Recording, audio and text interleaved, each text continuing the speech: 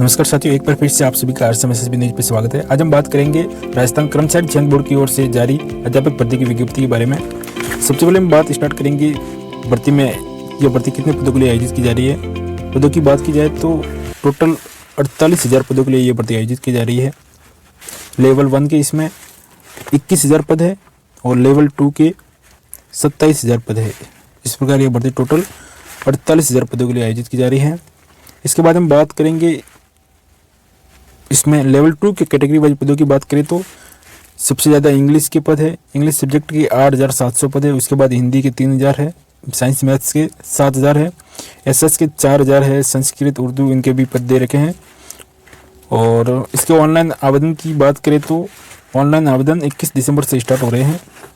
21 दिसंबर से स्टार्ट हो रहे हैं और उसकी अंतिम तिथि है 19 जनवरी 2023।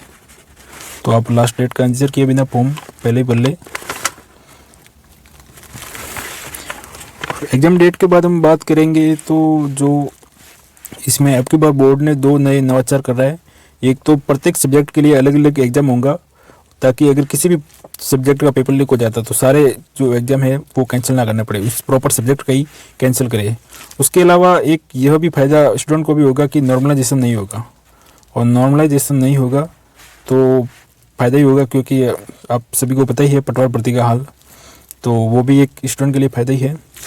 उसके अलावा इसके जो पासिंग मार्क्स की बात करें रीट की, कि रीट के कितने नंबर वालों को अध्यापक भर्ती का फॉर्म भर सकता है, तो उसकी बात करें तो जो जनरल कैंडिडेट है वो 60% जिसके मार्क्स है वो फॉर्म भर सकता है। और उसके अलावा अदर कैटेगरी की बात करें तो वो 55% वाला भर सकता है। और विशेष करके जो TSP ST का बंदा है, TSP ST, तो वो इसमें 36% वाला फॉर्म भर सकता है। उसके अलावा शहरिया भी 36% वाला भर सकते हैं। और PH कैटेगरी में जिसकी 40% है रीट के नंबर, वो भी फॉर्म भर सकता है। ये इसके बात हो गई रीट के नंबर की, जो इसमें फॉर्म भर सकता है।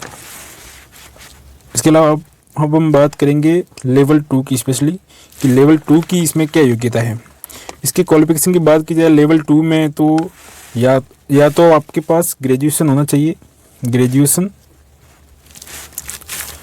के साथ DLED होना चाहिए, या फिर आपके पास ग्रेजुएशन प्लस BEd होना चाहिए। आपने STC कर रखी है तो उसके साथ आपका स्नातक होना जरूरी है, या फिर BEd के साथ तो स्नातक होता ही है। तो ये इस लेवल 2 के लिए योग्यता है। ये इसमें सब तरह से योग्यता का दे रखा है। इसके अलावा लेवल 2 के लिए एक बात ये भी है कि आप जिस सब्जेक्ट से फॉर्म भर रहे हैं वो सब्जेक्ट आपके स्नातक में होना जरूरी है। जैसे आप SS से फॉर्म भर रहे हैं तो आपका SS है वो स्नातक की में सब्जेक्ट हो रखा हो। उसी तरह साइंस मैथ है, इंग्लिश हिंदी सब सब्जेक्ट के लिए यही बात है, जिस सब्जेक्ट से पढ़ रहे हैं वो होना ज़रूरी है। उसके बाद हम बात करेंगे लेवल 1 की योग्यता के बारे में। लेवल 1 की योग्यता की बात की जाए तो आप सभी को मालूम ही है, लेवल 1 में फॉर्म भरने के लिए 12th प्लस DLED, जिसे STC भी कहते हैं, वो होना चाहिए। वो फॉर्म लेवल 1 के लिए भर सकता है। इसके अलावा इन दोनों भर्तियों के वेतन की बात की जाए तो दोनों लेवल 1 और 2 का सेम ही वेतन है। 3600 पे ग्रेड की ये जॉब है। आपको प्रोबेशन पीरियड में 23,700 मिलेंगे, और इसके बाद जो नियमित होने के बाद में जो 3600 पे ग्रेड के आधार पर आपको वेतन मिलेगा। ये बात हो गई वेतन की और लेवल 1 की योग्यता की। इसके बाद हम बात करेंगे इस भर्ती की योग्यता की, पात्रता क्या है।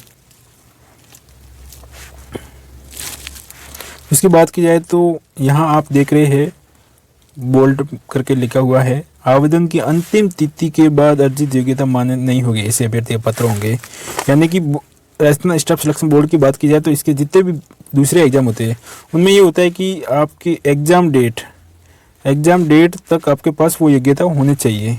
लेकिन इस टीचर भर्ती में अब की बार ये रूल्स निकाला है बोर्ड ने कि आपके आवेदन की अंतिम तिथि यानी 19 जनवरी, अगर आपके पास 19 जनवरी तक या उससे पहले आपके पास STC BEd या ग्रेजुएशन की जो भी मतलब योग्यता है वो आपके पास है, तो ही आप इस भर्ती के योग्य होंगे, वरना आप अपात्र होंगे। ये बोर्ड ने या लिख रखा है, सीधे अपात्र होंगे। मतलब जो अपेयरिंग वाले कैंडिडेट है जिनका अभी एसटीसी का सेकंड ईयर चल रहा है या बीएड का सेकंड ईयर चल रहा है, तो वो सोच समझ के फॉर्म भरे। या तो उनका रिजल्ट अगर 19 जनवरी से पहले आ रहा है तो वो पात्र हो जाएंगे, अन्यथा वो अपात्र होंगे। तो वो तैयारी सोच समझ के ही करें। ये बात हो गई। ये काफ़ी इम्पोर्टेंट बात है अब की बार कि आपको आवेदन की अंतिम तिथि तक योग्यता हासिल कर लेनी है, जबकि पहले एग्जाम की डेट तक होता था, आपको मालूम ही है। दूसरी जो जितनी भी भर्तियाँ है वो। इसके बाद हम बात करेंगे इसके आयु सीमा में छूट की। तो उसमें बात करें तो बोर्ड जो गवर्नमेंट ने 2 साल की छूट दी है अशोक गहलोत सरकार ने, तो वो बोर्ड ने वो भी इसमें लागू किया है कि जो आपकी आयु है वो दिसंबर 2024 के अकॉर्डिंग गिनी जाएंगी। यदि आप दिसंबर 24 तक भी जिसके आयु सीमा में योग्य रखते हो तो आप इसमें फॉर्म भर सकते हो। तो यहाँ पे 2 साल की और छूट एक्स्ट्रा दी है गवर्नमेंट ने। और अगर सभी श्रेणियों में मैं मेल के जो आयु सीमा में छूट की बात करूँ तो जनरल और जितने भी कैंडिडेट है, मेल कैंडिडेट जनरल को छोड़ के, OBC, MBC, EW, SC, ST, उनको 5 ईयर की छूट है एज में। और फीमेल कैंडिडेट को 10 ईयर की छूट है। और फीमेल जनरल कैंडिडेट को भी 5 साल की छूट दे रखी है। ये बात होगी इसके आयु सीमा की। इसके बाद हम बात करेंगे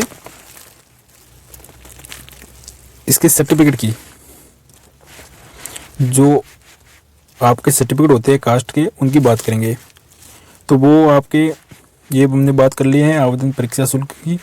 और अब हम बात करेंगे इसके एग्ज़ाम की। तो एग्ज़ाम की बात करें तो ये 25 से 28 फरवरी तक होगा। इसकी डेट जारी कर दी है। और एडमिट कार्ड जो है वो 7 दिन पहले आ जाएंगे। ये अभ्यर्थियों के प्रमाण पत्र के संबंध में प्रावधान, ये इम्पोर्टेंट बात है। इसमें यह है कि आपका जो प्रमाण पत्र है वो आवेदन की अंतिम तिथि से पहले का होना चाहिए। लेकिन हाल ही में एक सरकार ने इसमें ये भी जोड़ा है, ये आप देख रहे हैं कि यदि अंतिम तिथि तक प्रस्तुत नहीं किया जाता है और इसके बाद क्या है तो आपको एक एफिडेविट लगाना है तो मान्य हो जाएगा। इसके अलावा हम कास्ट सर्टिफिकेट की बात करें तो अगर फीमेल कैंडिडेट है तो उनके पिता के नाम पर ही जारी किया हुआ सर्टिफिकेट हो, उनके पति के नाम पर जारी सर्टिफिकेट मान्य नहीं होगा। तो इस बात का फीमेल कैंडिडेट विशेष ध्यान रखें। यदि अभी भी उनके पति के नाम पर सर्टिफिकेट बना हुआ है तो पिता के नाम पर ही बना ले। और इसके अलावा ओबीसी, ईडब्ल्यूएस जो कैंडिडेट्स है,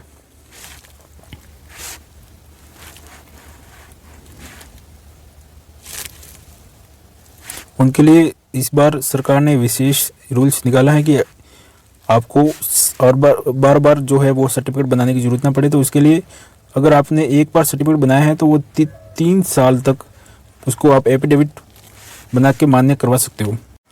तो ये थी अध्यापक भर्ती की विज्ञप्ति से संबंधित डिटेल्स। ऐसी ही और जानकारी के लिए बने रहिए RSM SSB न्यूज़ के साथ। धन्यवाद।